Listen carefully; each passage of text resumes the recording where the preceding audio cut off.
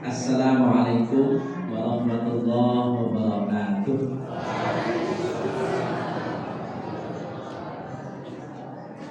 Alhamdulillahirabbil alamin wa bihi nasta'inu ala umuri dunya waddin. Asyhadu an la ilaha illallah wahdahu la syarika lahu al-malikul haqqul mubin wa asyhadu anna Muhammadan abduhu wa rasuluhu shadiqul wa'dil amin. Allahumma shalli wa sallim wa barik ala sayyidina Muhammadin nabiyil karim wa ala alihi wa ashabihi wa man tabi'ahum bi ihsanin ila yaumiddin. Amma ba'd. Sesepuh ini sepuh jamaah pengajian Masjid Raudhatul Jannah yang saya hormati, ibu bapak baik yang ada di dalam masjid maupun yang di luar, baik yang kelihatan maupun yang tidak, yang semuanya saya hormati. Sehat semuanya Bapak Ibu? Alhamdulillah. Di sekitar tempat tinggal saya di Giwangan itu kan ada 4 masjid, 1 mushola.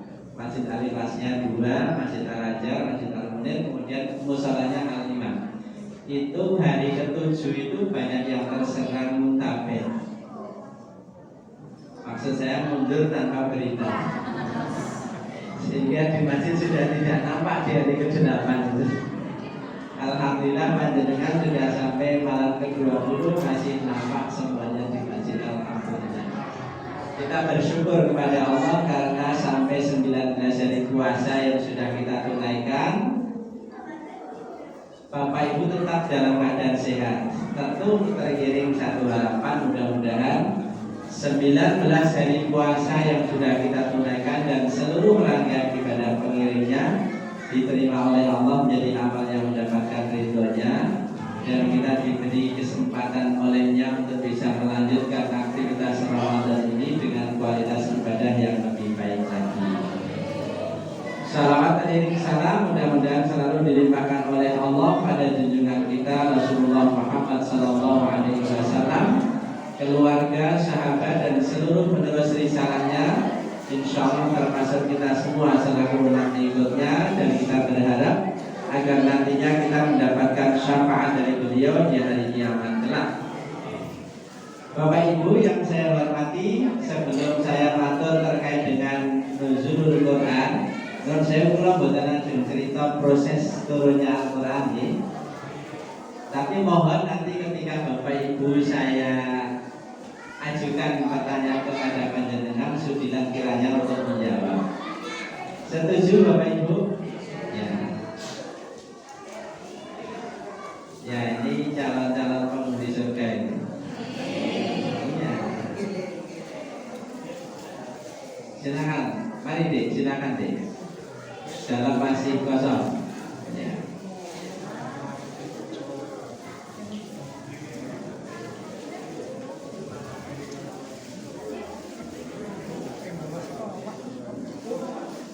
Baik, saya lanjutkan.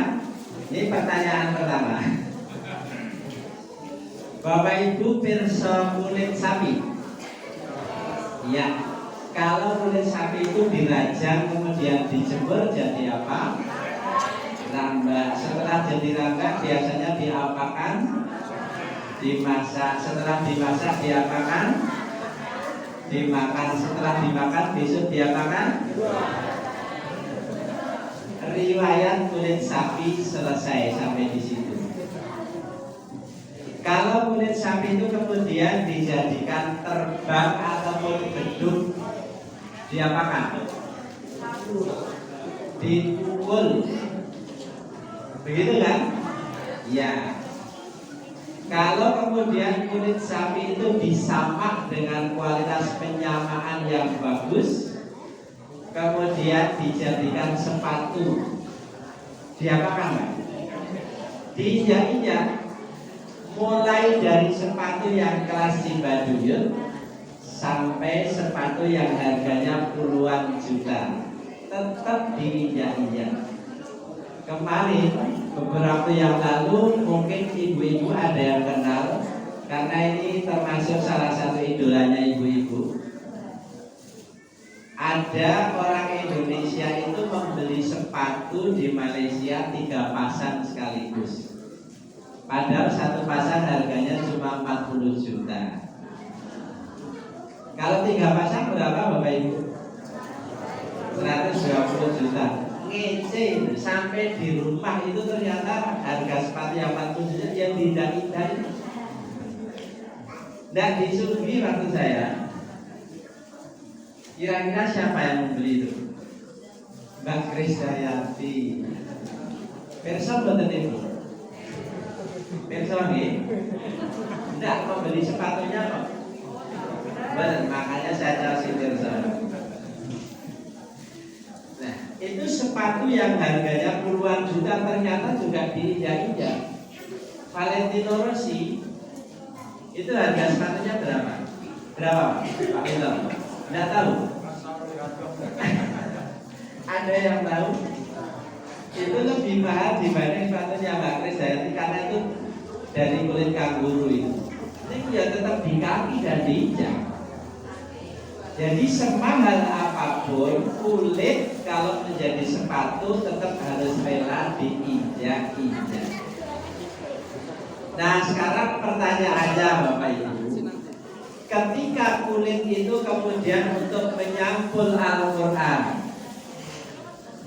konten Quran sing alim betul, sing alim tahu, sing sampulan, barangkali ada.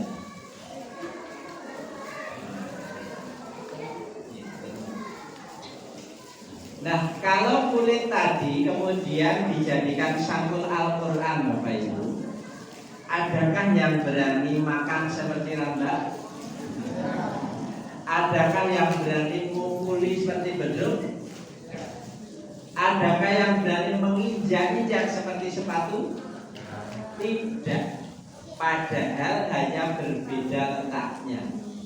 Sudah sedemikian rupa orang menghormati dan penuh hikmat ketika membawanya. Membawanya hati-hati. Bahkan sebelum membuka pun dicium. Yang dicium Yonsewu, kulit luarnya atau bagian dalamnya? Kulit luarnya. Malah terkadang diolesi minyak wangi. Yang diolesi minyak wangi Yonsewu kulitnya atau bagian dalamnya? Kulitnya.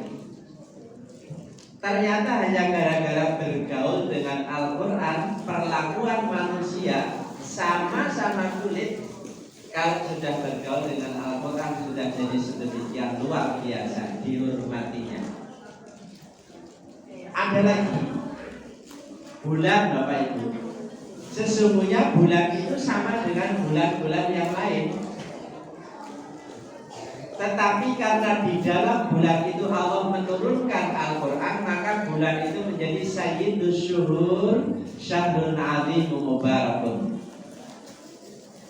penghulu segala bulan, bulan yang agung dan bulan yang penuh barokah.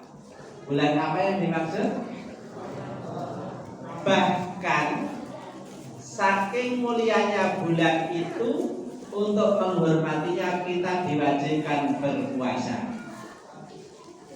Boleh kita simak ayat yang ke-185 dari surat Al-Baqarah. A'udzu billahi minasyaitonir rajim. Bismillahirrahmanirrahim. Syahrul Ramadan alladzi unzila fihil Qur'anu hudan linnas wa bayyinatin minal huda wal furqan. Faman syahida minkumus syahra falyasum. Boleh yang membawa Quran digital boleh dibuka, yang tidak usah buka Quran. Bulan Ramadan, bulan yang di dalamnya Allah menurunkan Al-Quran, petunjuk bagi manusia dan penjelas dari petunjuk itu serta pembeda. Siapa di antara kamu hadir di dalam bulan itu, maka berpuasalah. Maka menurut Profesor Quraisyah, Bapak Ibu, seandainya dahulu Allah menurunkan Al-Quran itu di luar bulan Ramadan, maka boleh jadi kula lan panjenengan didhawuhi berpuasa untuk menghormati turunnya Al-Quran yang di luar bulan Ramadan. Taruhlah dulu Allah menurunkan Al-Quran di bulan Syawal, maka kita akan didhawuhi puasa di bulan Syawal. Kalau Allah menurunkan Al-Quran di bulan Sya'ban, kita akan didhawuhi puasa di bulan Sya'ban. Karena Allah menurunkan Al-Quran di bulan Ramadan, maka kita didhawuhi berpuasa untuk menghormatinya juga di bulan Ramadan. Ini yang kedua. Kemudian yang ketiga, ada yang lebih spesial lagi. Apa itu? Ada satu malam yang karena di malam itu Allah menurunkan seluruh Al-Quran di langit dunia, maka malam itu nilainya lebih baik dari 1000 bulan.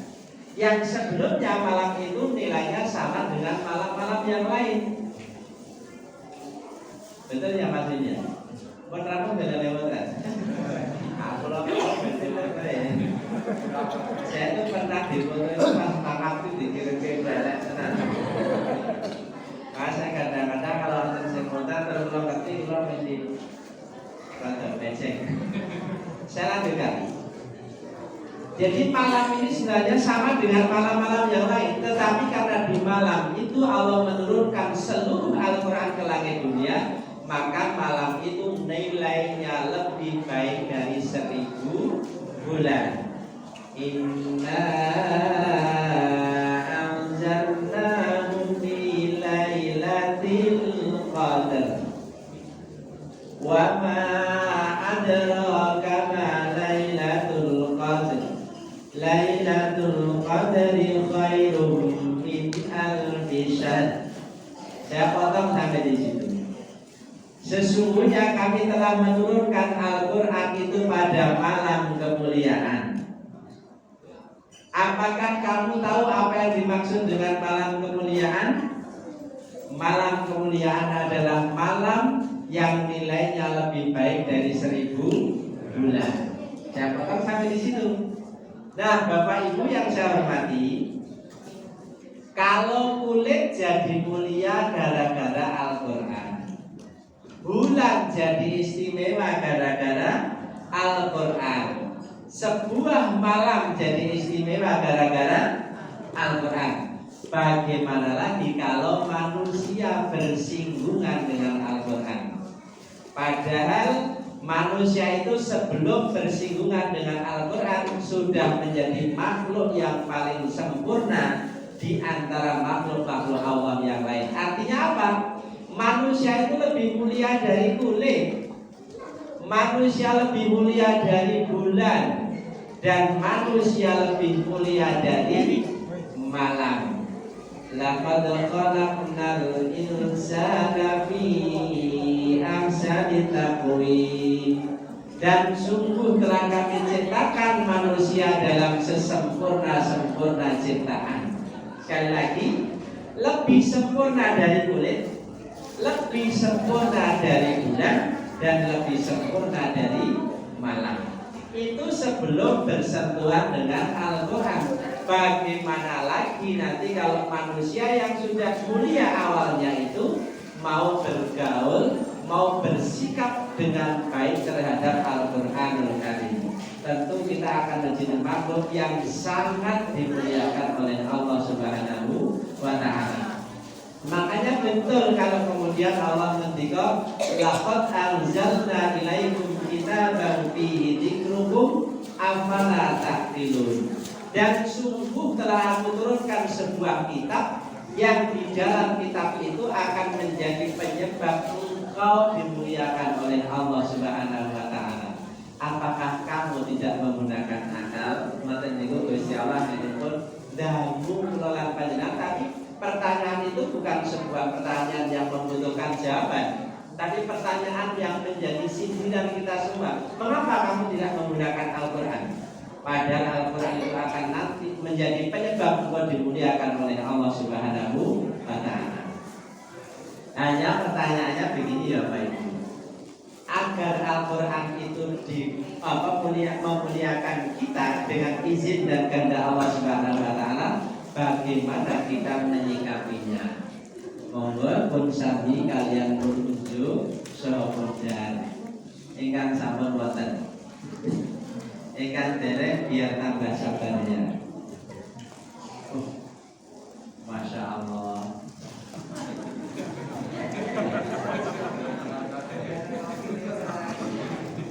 Tapi nek ngeten iki jan-jane tenanan apa namung dilamun-lamun aja. Nek kita namung nggih apa tuman bedane 14, pisange loro, rotine loro, wonten jus kacang ijo barang iki. Oke, matur nuwun nggih Mas. Baik, saya lanjutkan Bapak Ibu.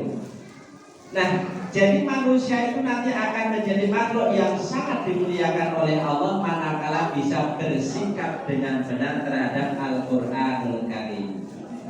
Kalau itu jane sinaten. Ning nek kula ngaten posisi rekamannya ini mungkin jadi berubah. Pak Rahman pribadi. Nek paman itu ngaten belum? Oke. Terus terang jane kula rada kecil terus. Baik Bapak Ibu. Nah, bagaimana supaya Al-Quran itu bisa memuliakan kita bersama? Maka yang pertama yang harus kita tancapkan dalam hati kita masing-masing, dalam diri kita masing-masing adalah sebuah keyakinan bahwa Al-Quran itu adalah firman Allah yang dijamin kebenaran dan keasliannya. Ini harus kita tancapkan keyakinan itu. Nah, Bapak Ibu yang saya hormati, sebagai bukti kemujizatan Allah yang tidak boleh kita ragukan, kalau dulu, saya matur dulu, zaman orang-orang musyrikin Quraisy, orang-orang Arab yang pinter bahasa Arab dan bahkan kadang-kadang dia bisa bersastra Arab, ditantang oleh Allah Subhanahu wa taala. Wa in kuntum fi raibin mimma nazzalna 'ala 'abdina fa'tu bi suratin min mithli wad'u syuhada'akum min dunillahi in kuntum shadiqin.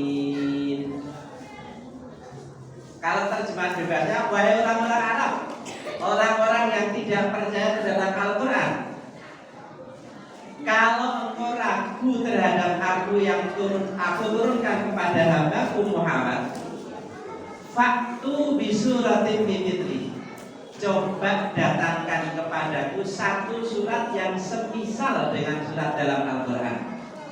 Wada'u syuhada'akum, kalau kamu tidak bisa maka panggil seluruh saudara-saudaramu, bapakmu, ibumu, pak demu, pak lemu, bulemu, budemu, semuanya kamu undang.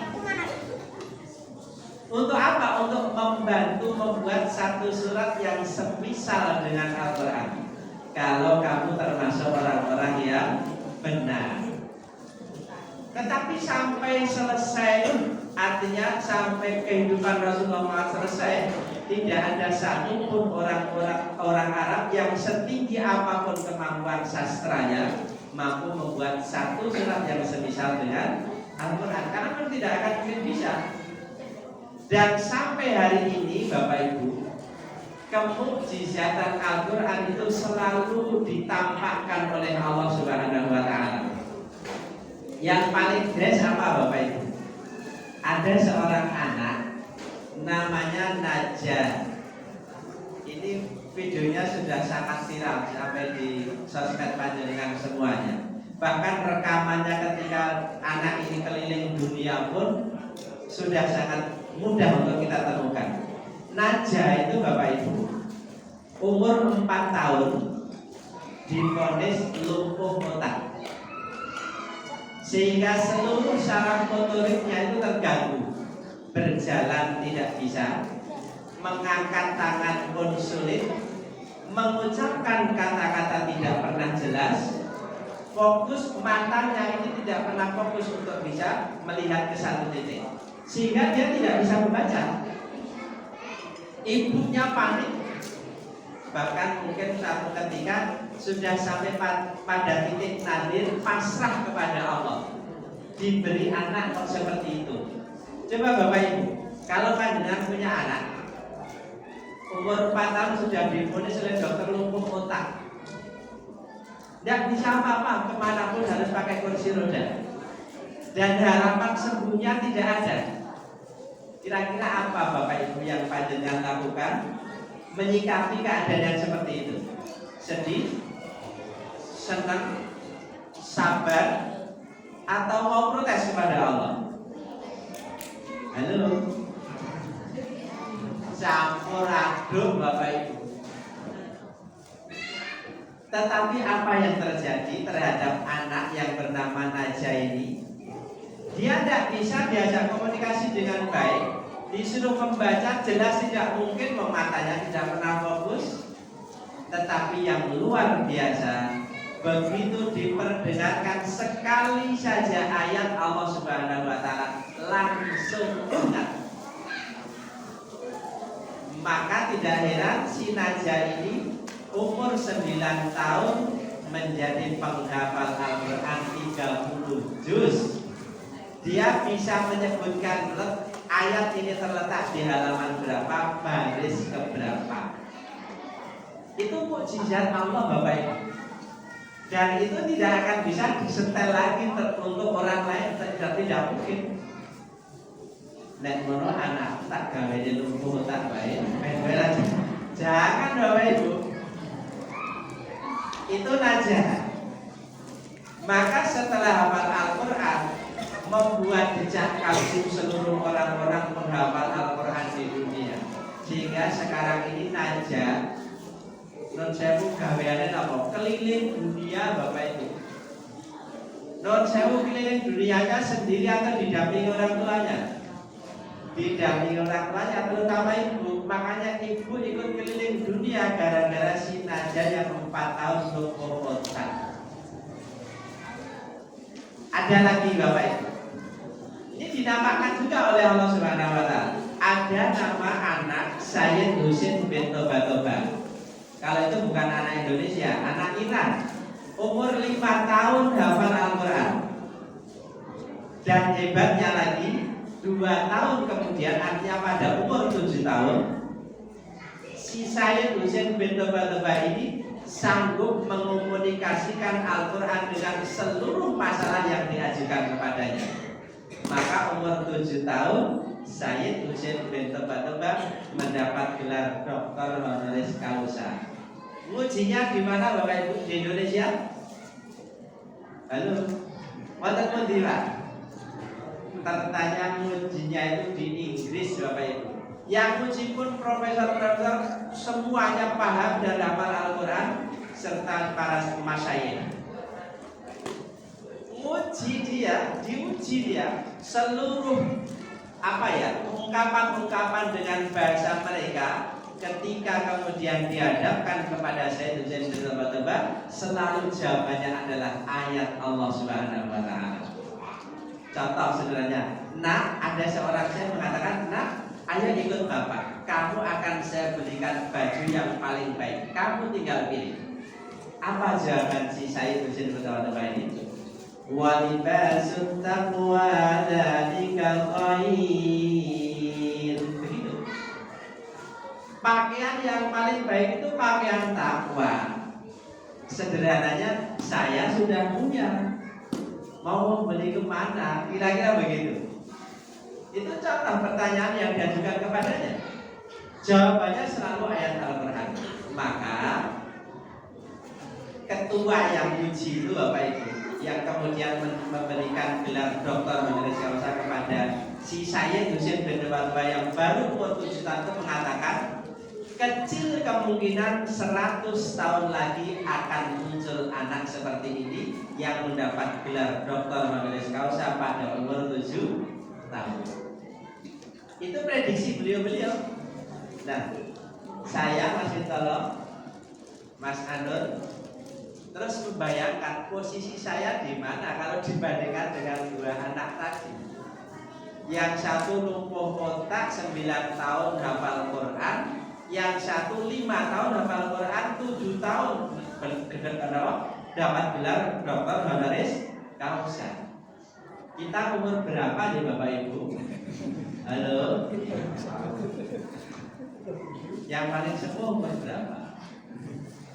Terus pertanyaannya, mau nafal pinten surat? Padahal kita tidak lumpuh otak. Terus kemana waktu-waktu yang disediakan oleh Allah untuk kita itu? Jadi satu nih Bapak Ibu.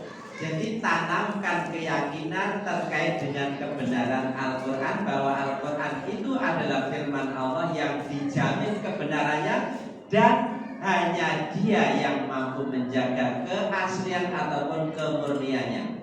Dengan cara apa Allah menjaga kemurnian Al-Quran? Ya dengan memunculkan orang-orang yang hafal Al-Quran. Makanya ada pertanyaan Bapak Ibu, bagaimana kalau Al-Quran itu dibakar? Halo? Parang no badan. Al-Quran dibakar parang badan. Kalau saya ditanya mengatakan boleh dengan satu syarat. Al-Quran silahkan dibakar, tapi seluruh kitab suci agama tertentu yang ada juga harus dibakar. Logikanya sederhana. Kalau semua kitab suci agama apapun itu dibakar, tidak akan mungkin bisa ditulis ulang karena tidak ada hafal. Tapi Al-Quran mau dibakar 10 kali sampai habis, selama penghafal Al-Quran masih ada, sanggup ditulis ulang, tidak ada satu pun huruf yang tertinggal. Makanya Allah ngendika, inna nahnu nazzalna dzikra wa inna lahu lahafidz. Saya yang menurunkan Al-Quran dan saya yang akan menjaga keasliannya. Maka kita jangan sampai ragu. Karena kalau sudah mulai ragu, sikap berikutnya pun akan berbeda. Seperti ketika ada seorang istri sudah ragu kepada suaminya, ibu sebetulnya tentu akan ragu. Sikap berikutnya berbeda. Apa yang menjadi perbedaan? Mungkin rasa hormatnya sudah berbeda. Kapan itu muncul? Ketika istri sudah mulai ragu terhadap suaminya. Begitu suami sudah ragu kepada istrinya, sikap berikutnya berbeda. Lek belanja dikurang. Halo Pak. Terus apa? Lah bapak kok terus ke kantor terus saya buka ibu ki ra ono nek omah. Pasti ra tau nek omah. Nek cara pikir ngelayap terus. Nah, jadi terus akhirnya bapak bertanya, iki sing bojoku mau gelar begitu. Nah, maka ketika sikap pertama kita terhadap Al-Quran sudah berbeda, sudah mulai ragu, sikap kedepannya juga akan berbeda. Maka sekali lagi, tancapkan keyakinan bahwa Al-Quran adalah firman Allah yang dijamin kemurniannya. Kalau sudah seperti itu, Bapak Ibu, maka sikap kita yang kedua adalah membacanya. Nah, tingkat membaca ini maka Rasulullah Muhammad SAW memotivasi kita dengan sebuah hadis yang sangat-sangat terkenal untuk kita dengarkan. Apa itu? Man qara'a harfan min kitabillah falahu bihi hasanatan wal hasanatu bi asyri amsalihha. La aqulu alif lam mim harfun bal alifun harfun wa lam harfun wa mim harfun. Barang siapa yang membaca satu huruf dari kitab Allah Al-Quran, maka dia akan mendapatkan satu hasanat, dan setiap hasanat dilipat gandakan 10 kali lipat. Rasul ngendika, saya tidak mengatakan alif lam mim itu satu huruf, tetapi alif satu huruf, lam satu huruf, dan mim satu huruf. Maka ketika Bapak Ibu membaca alif lam mim, berapa pahalanya? 30. Itu kalau dibaca di luar bulan Ramadan.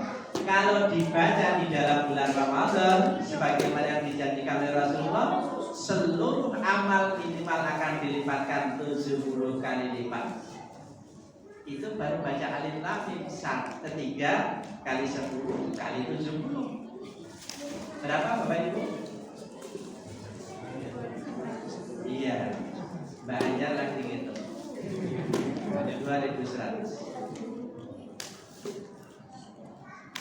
Bagaimana kalau Bapak Ibu kemudian baca Bismillahirrahmanirrahim, atau kemudian Bapak Ibu khatmil Quran, khatam Al-Quran. Bapak Ibu nun sewu, Al-Quran itu berapa juz ya? Halo, 30. Berapa surat? Berapa ayat? Nah, kalau sudah ditanya ayat, biasanya jawabannya berbeda.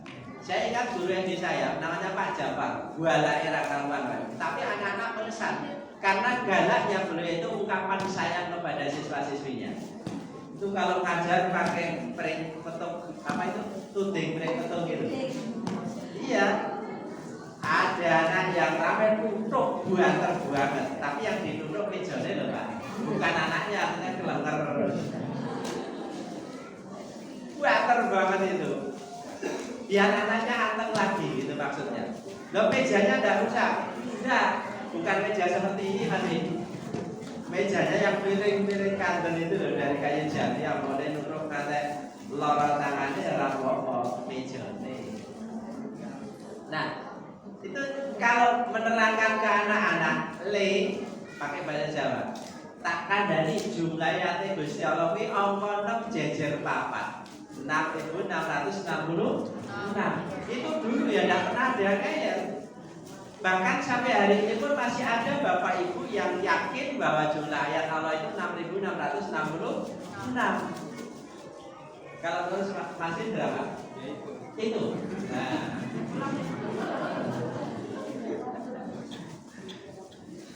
korban kepanasan menghitung jadi. Bapak Ibu ada yang pernah menghitung? Sudah? Oh belum? Kepengen menghitung? Saya caosi pirsa caranya. Lah anak-anak kita kan sudah pinter Excel, minta tolong anak-anak kita. Kalau sudah mau pakai Excel ya pakai kalkulator biasa. Gimana caranya? Al-Fatihah 7 ayat 7, Al-Baqarah 286, Ali Imran 200, An-Nisa 176, kemudian Al-Maidah 120, terus sampai Anas 6 ayat. Anak kelas sebutnya kabeh kesel. Nanti akan ketemu berapa jumlahnya. Ini buatan makan dari saat ini loh. Kira makan dari jenengan buatan itu nggak baik. Begitu caranya, mudah sekali. Cobalah sekali waktu menghitung jumlah ayat Al-Quran, ben mantap gitu loh. Ada yang terserah Bapak Ibu. Makanya mulai kasih terserah mesti rarep itu. Hanya memang dalam Al-Quran itu ada yang ayat-ayat yang tergolong fawatirus suwar, itu ada yang menghitung satu ayat, tapi ada yang mengatakan itu bukan ayat yang futur. Fawatirus suwar itu pembuka surat yang terdiri dari huruf-huruf hijaiyah. Contoh, Yasin, Toha, Ain, Sin, Qaf, terus Alif, Lam, Mim, Kaf, Ya, Ain, Shad. Itu kan ada beberapa surat yang dibuka dengan seperti itu. Nah, itu ada yang menghitung satu ayat, tapi ada yang mengatakan itu bukan ayat sendiri, tapi bergabung dengan ayat berikutnya. Nah, inilah yang kemudian menjadi berbeda jumlah ayat di dalam Al-Quran. Tapi yang baku, artinya Al-Quran yang baku sekarang ini hampir sama, itu mengatakan jumlah ayat Al-Fatihah itu 7, Al-Baqarah 286 itu hampir semuanya sama. Silakan dibaca itu. Oke, kalau ayatnya sudah berbeda. Nah, sekarang kalau hurufnya apa itu? Berapa huruf Al-Quran? Ada yang pernah menghitung? Lainnya ayatnya urut tahun kok pernah hurufnya tadi. Bapak Ibu percaya boleh, tidak juga tidak apa-apa. Saya itu berulang kali menghitung huruf-huruf Al-Quran itu. Ternyata jumlahnya hanya 29 dari alif sampai ya.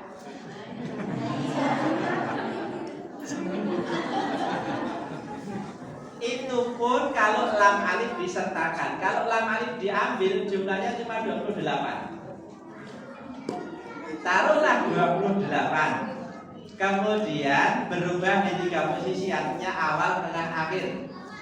Berarti kan hanya 28 kali 3. Berapa? 84 model huruf. 84 model huruf dihafalkan 50 tahun orang hafal.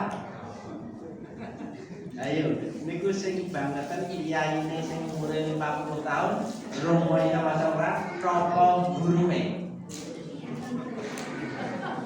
Ayo, nun sewu, anten napa mboten?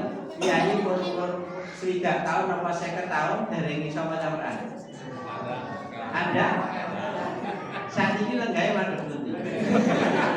Ampun ngajeng Pak. Ternyata banyak Bapak Ibu, bukan ada lagi, banyak. Padahal baru dari tingkat membaca ini saja itu fungsinya sudah luar biasa loh Bapak Ibu. Belum nanti memahaminya, baru dapat membaca. Itu jaminan dari Rasul luar biasa. Iqra'ul Qur'an fa innahu ya'ti yaumal qiyamati syafi'an li ashabi. Bacalah Al-Quran karena dia akan datang di hari kiamat memberi syafaat kepada ashabi. Ashabi itu sinten? Sahabat-sahabat Al-Quran. Siapa sahabat Al-Quran? Sahabat Al-Quran adalah orang yang dahulu di dunia membaca Al-Quran. Itulah sahabat Al-Quran. Mungkin ada yang bertanya, alah hendak pengen mendapat syafaat besok di hari kiamat. Ya, karena Bapak Ibu belum kenal kiamat. Kalau Bapak Ibu sudah tahu persis bagaimana kejadian besok di hari kiamat, tidak mungkin panjenengan menyepelekan bacaan Al-Quran. Bapak Ibu, halo, sampun cari. Saya caosi perso kiamat nih. Kalau Bapak Ibu mendengar istilah kiamat, itu sebuah peristiwa yang sangat menyenangkan. Bapak Ibu sangat rindu untuk segera ketemu. Atau sebuah peristiwa yang menakutkan. Kalau bisa Bapak Ibu jangan sampai ketemu. Yang mana Bapak Ibu? Nah, tentu yang kedua, sebuah peristiwa menakutkan. Kalau bisa kita jangan sampai ketemu. Bapak Ibu yang saya hormati, segala kejadian besar di alam ini Allah sudah mengirim namanya sinyal-sinyal, tanda-tanda. Contoh sederhana, kalau mau turun hujan biasanya mendung. Berarti mendung itu tanda mau turun hujan. Walaupun tidak semua mendung pasti terjadi hujan. Terus Bapak Ibu bersin berulang kali tidak berhenti, tandanya mau belum. Tetapi apakah setiap bersin pasti berakhir belum? Tidak. Nah, besok mau kiamat itu Allah sudah mengirim sinyal, sudah mengirim tanda. Kalau ayat pokoknya memang yang tadi dibaca oleh Pak Imam, idza zulzilatil ardu zilzalaha wa akhrajatil ardu athqalaha wa qalal insanu ma laha. Siapa tahu sampai di situ? Ketika bumi digoncang dengan goncangan yang dahsyat, itu kiamat yang asli. Nah, prolognya Bapak Ibu, prolog kiamatnya itu sudah dinampakkan. Caranya bagaimana? Sederhana. Kalau besok itu bumi akan digoncang sedemikian dahsyat, kalau prolognya Allah cuma menggeser lempeng bumi, Bapak Ibu. Halo? Menggeser lempeng bumi, kalau bahasa anak-anaknya itu tak terjadi gempa tektonik karena lempeng bumi yang bergeser. Karena gempa bumi ada tektonik dan Dan itu dapur mama yang bergolak, kemudian memuai, mencari jalan keluar.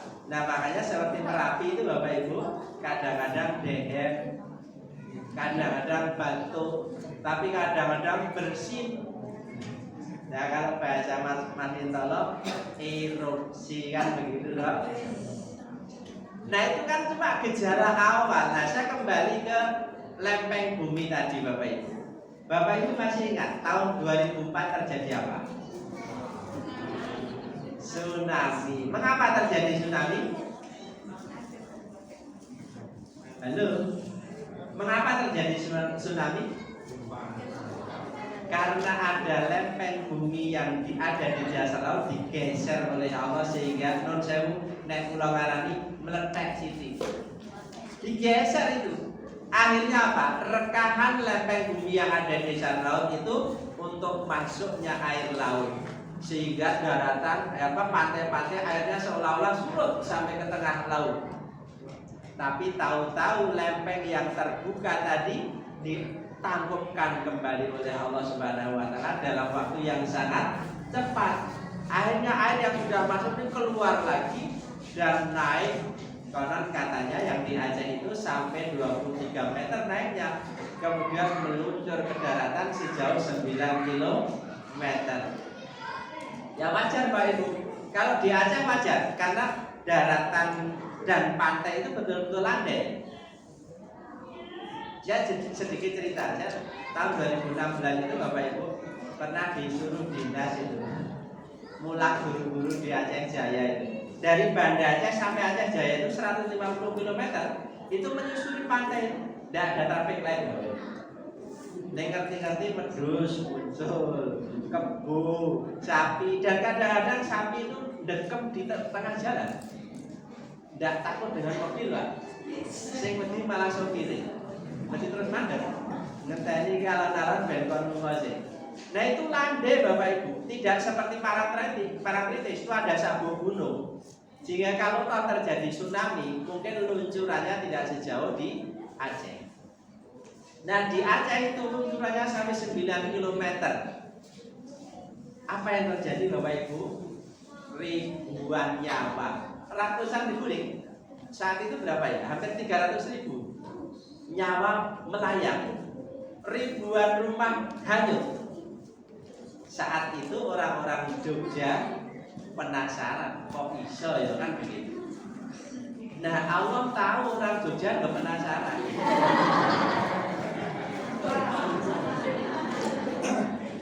Maka 2 tahun kemudian, tahun 2006, Allah geser lempeng bumi di Pundong.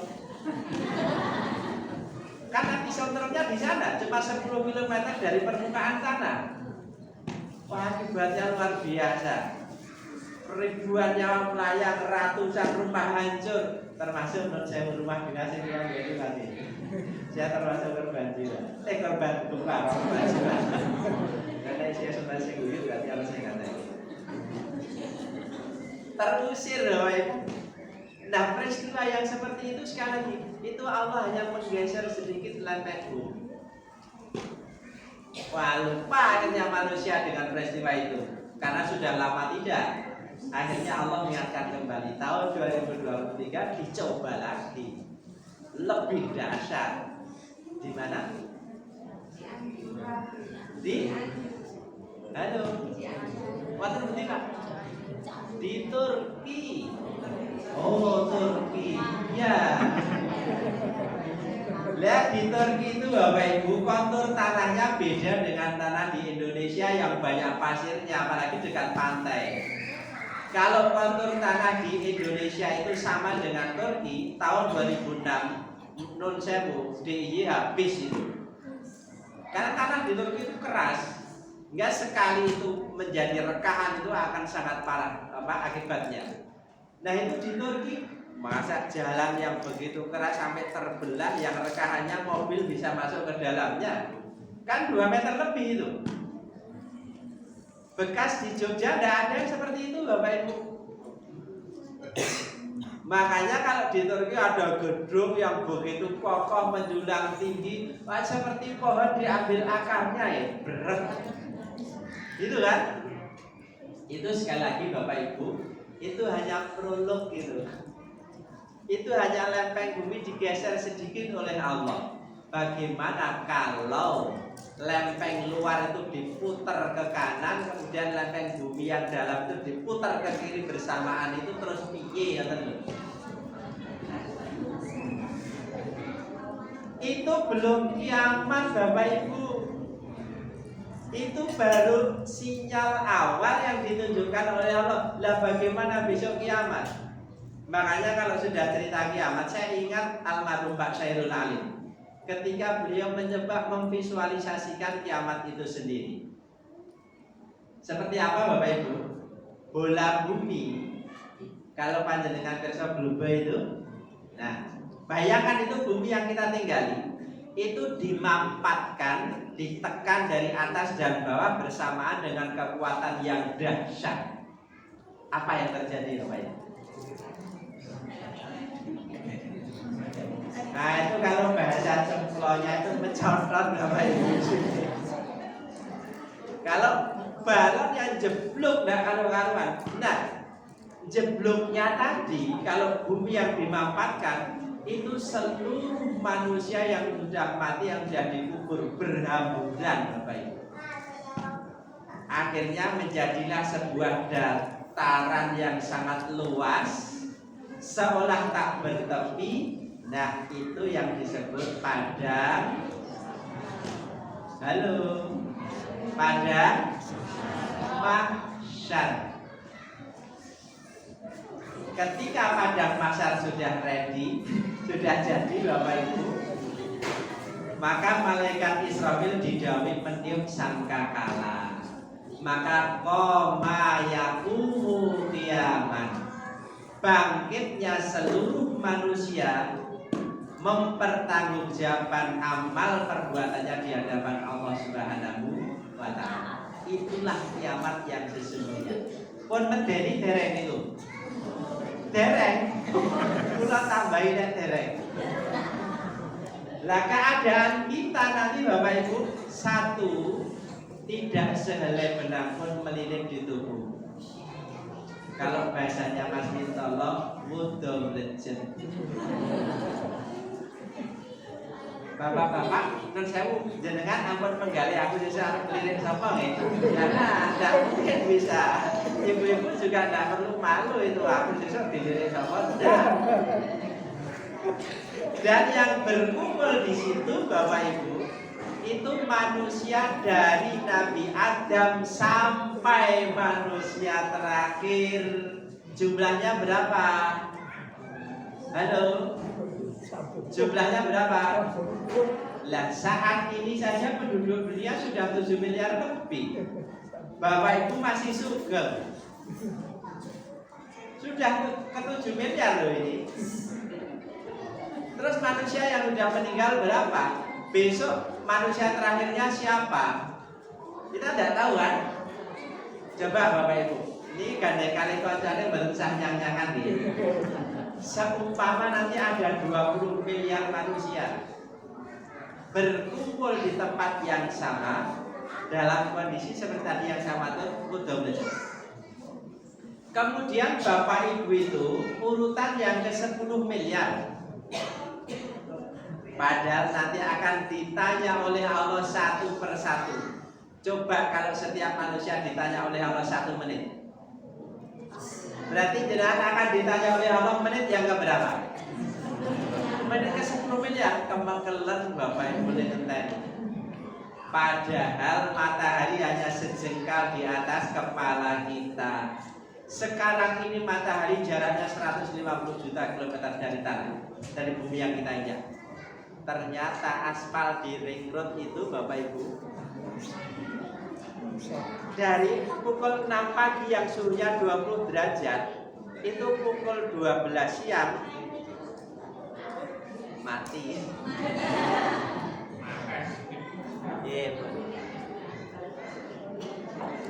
Ganti iki. Oh, macet iki jebule. Nah, pukul 6 pagi suhunya 20 derajat. Kalau pukul 12 siang artinya 6 jam kemudian suhu aspal itu ternyata sudah mencapai 50 derajat. Artinya 6 jam tambah suhu 30 derajat. Berarti setiap jam tambah berapa derajat Bapak Ibu? 5 derajat. Itu pun kondisi matahari jauhnya luar biasa. Nah besok kalau matahari hanya sejengkal dari kepala kita Bapak Ibu, dan tempat yang kita injak serta matahari itu tetap loh tidak berjalan. Padahal Bapak Ibu tadi mau ditanya menit yang keberapa? Ya Allah. Dan 24 jam saja berhenti kalau asumsinya itu hitung-hitungan yang tadi itu 24 jam loh. Itu suhunya sudah bertambah 120 derajat. Bagaimana kalau menit yang 10 miliar? Ya Allah. Makanya Rasul ngendika nanti di hari itu kamu tadi keringat manusia itu macam-macam. Ada yang setelapak kaki, ada yang sebetis, ada yang seperut, ada yang seleher, tapi ada yang tenggelam dalam peluknya sendiri. Niku nun sewu Bapak Ibu dalam keadaan seperti itu mau minta tolong kepada siapa? Rumah Bapak Ibu yang kamarnya 13, mobilnya jejer 17, kemudian halamannya seluas alun-alun selatan, rakanggu. Lah yang seperti itu aja rakanggu menau paling cilik-cilik. Belas rano gunane Bapak Ibu. Makanya miniatur di padang mahsyar itu sudah ditampakkan oleh Allah saat Bapak Ibu wukuf di Arafah. Kumpul di satu tempat itu masih lumayan mengenakan kain ihram. Tapi non saya gelange sing sak pelek-pelek becak ditinggal. Pangkat jenengan sing cerender dan kelihatan dong ditinggal.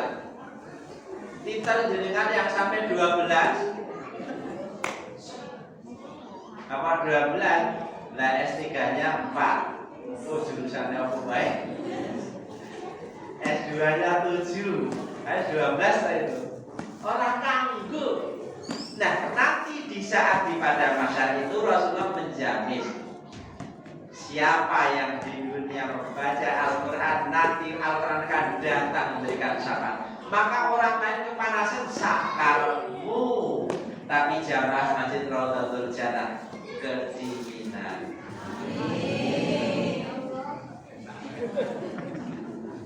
Kalau sing bingung malah napar amin ora ya. Catatan itu Bapak Ibu, baca. Ini belum mikir tahu artinya apa tidak? Tidak perlu mikir, pokoknya baca dulu Al-Quran. Terus nonton sing sambat Pak Darmadi umur kula pun 25 ingat kula pun kaku ngapusi. Saya jamin ngapusi. Mengapa? Lidah kita itu dijamin tidak akan pernah kaku sampai umur berapapun. Karena memang lidah tidak kita ingat itu. Sing kaku niku mergo atine sing ora gelem ngobahke iman. Jangan pernah matur. Mungkin di sini atau di mana saya ada di Ngambilan itu Bapak Ibu. Namanya itu ada TPA tapi untuk orang tua namanya TPA. Iya. TPA untuk orang tua. Itu yang ikut itu Bapak Ibu sudah simbah-simbah 60 tahun ke atas. Masya Allah diajari maca iya karena butuh wakil iya karena butuh maca iya karena tutu. Maksudnya berulang dari kata itu. Tetapi begitu bisa membaca iya karena butuh puasnya luar biasa. Kemudian ketika khatam Iqra jilid 6 dijamin sudah mubeng kampung naik adom walah senenge ra karo aku ora tau kuliah ning wisuda. Ya Ya Allah. Baca Quran Bapak Ibu, kalau sudah sampai saat seperti itu, Masya Allah, kita yang nanti akan ditolong oleh Al-Quran. Maka iman-iman kalau sampai tidak bisa baca Al-Quran. Ini sudah pun jam berapa ya Mas? Ini benar. Nah, padahal berapa dulu ya? Ini baru membaca, meyakini kebenarannya, kemudian membaca. Nah, yang ketiga itu Bapak Ibu, agar Allah memuliakan kita apa? Halo? Memahami isi kandungannya, baca terjemahannya, baca Bismillahirrahmanirrahim. Bagus. Balapan karena bener. Lemoja balapan karena bener. Halo. Baik, saya potong dulu. Bapak Ibu, membaca Al-Quran itu yang baik, cepet-cepet nopo alon-alon. Alon. Sepakat ya? Pertanyaannya saya ganti. Naik motor itu yang bagus, cepat apa alon-alon? Sudah beda jawabannya. Cepat apa alon ya?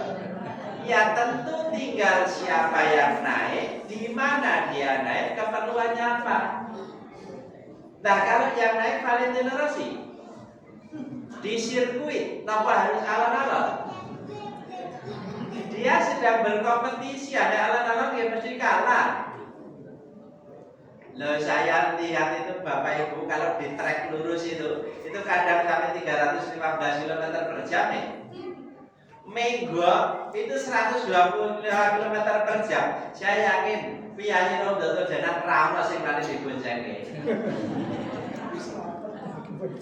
Namun keduri dia itu malah harus banter, harus cepat. Beda dengan ibu-ibu yang baru belajar naik motor, menggope mundur dituntun. Halo? Nah maka naik motor itu cepat apa lambat tergantung. Tetapi kalau membaca Al-Quran sudah ada standarnya. Warattilil Qur'ana tartila.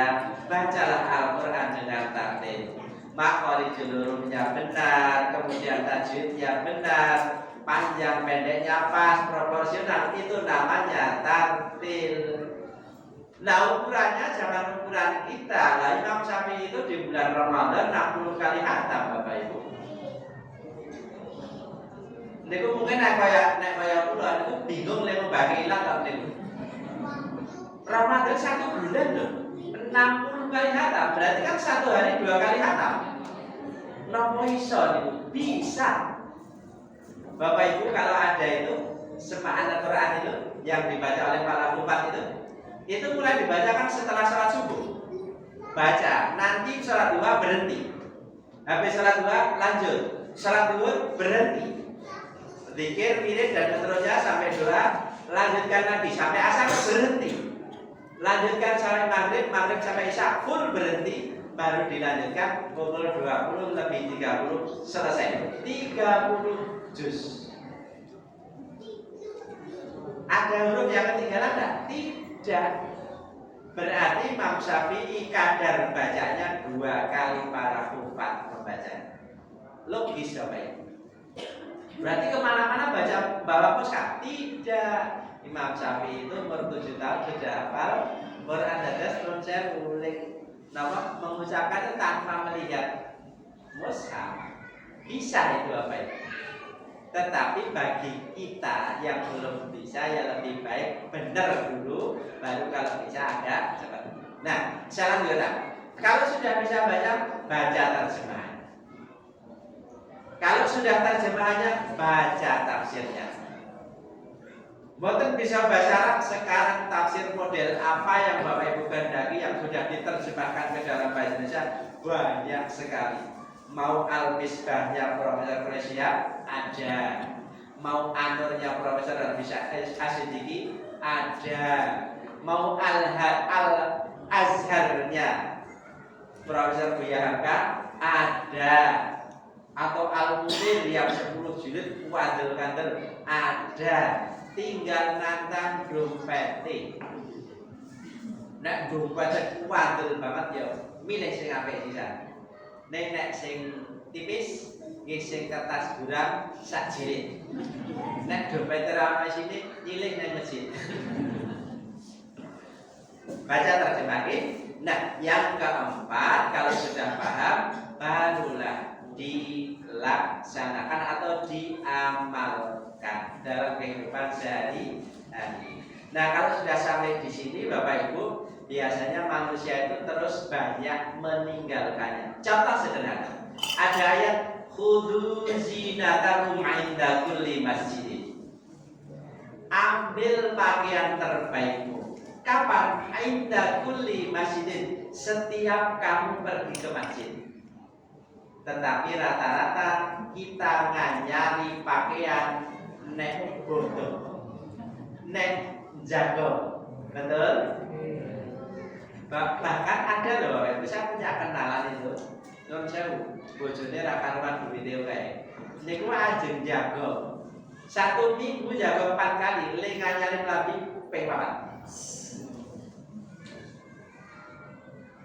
Orang nyari, terima orang jago, titik wadah. Nah, maka kalau ada orang yang setipe ini Bapak Ibu, pakaiannya mahal-mahal, baru-baru, bagus-bagus, ngejago ngeriye, ngatek kesel lambine, lagi dingin teng masjid. Halo, mantan badan sing ngoten niku. Niku jenenge ngece Gusti Allah. Lah sing saniki rezeki Gusti Allah kok Gusti Allah dicaosi turan dalam ngece to. Lho napa mboten Pak dan ganti jago ngiklambi anyar boleh, tetapi kalau saya boleh saran nek mundut rasukan enggal tur larang malam bengi salat riyin matur kali Gusti Allah, ya Allah ini rezeki darimu ya Allah. Lah sesuk lagi nggo jago wonten iku Bapak Ibu. Terakhir ini, kalau kita sudah bisa mengamalkan Bapak Ibu, sikap kita terhadap Al-Quran apa? Sudah berhenti sampai di situ? Tidak.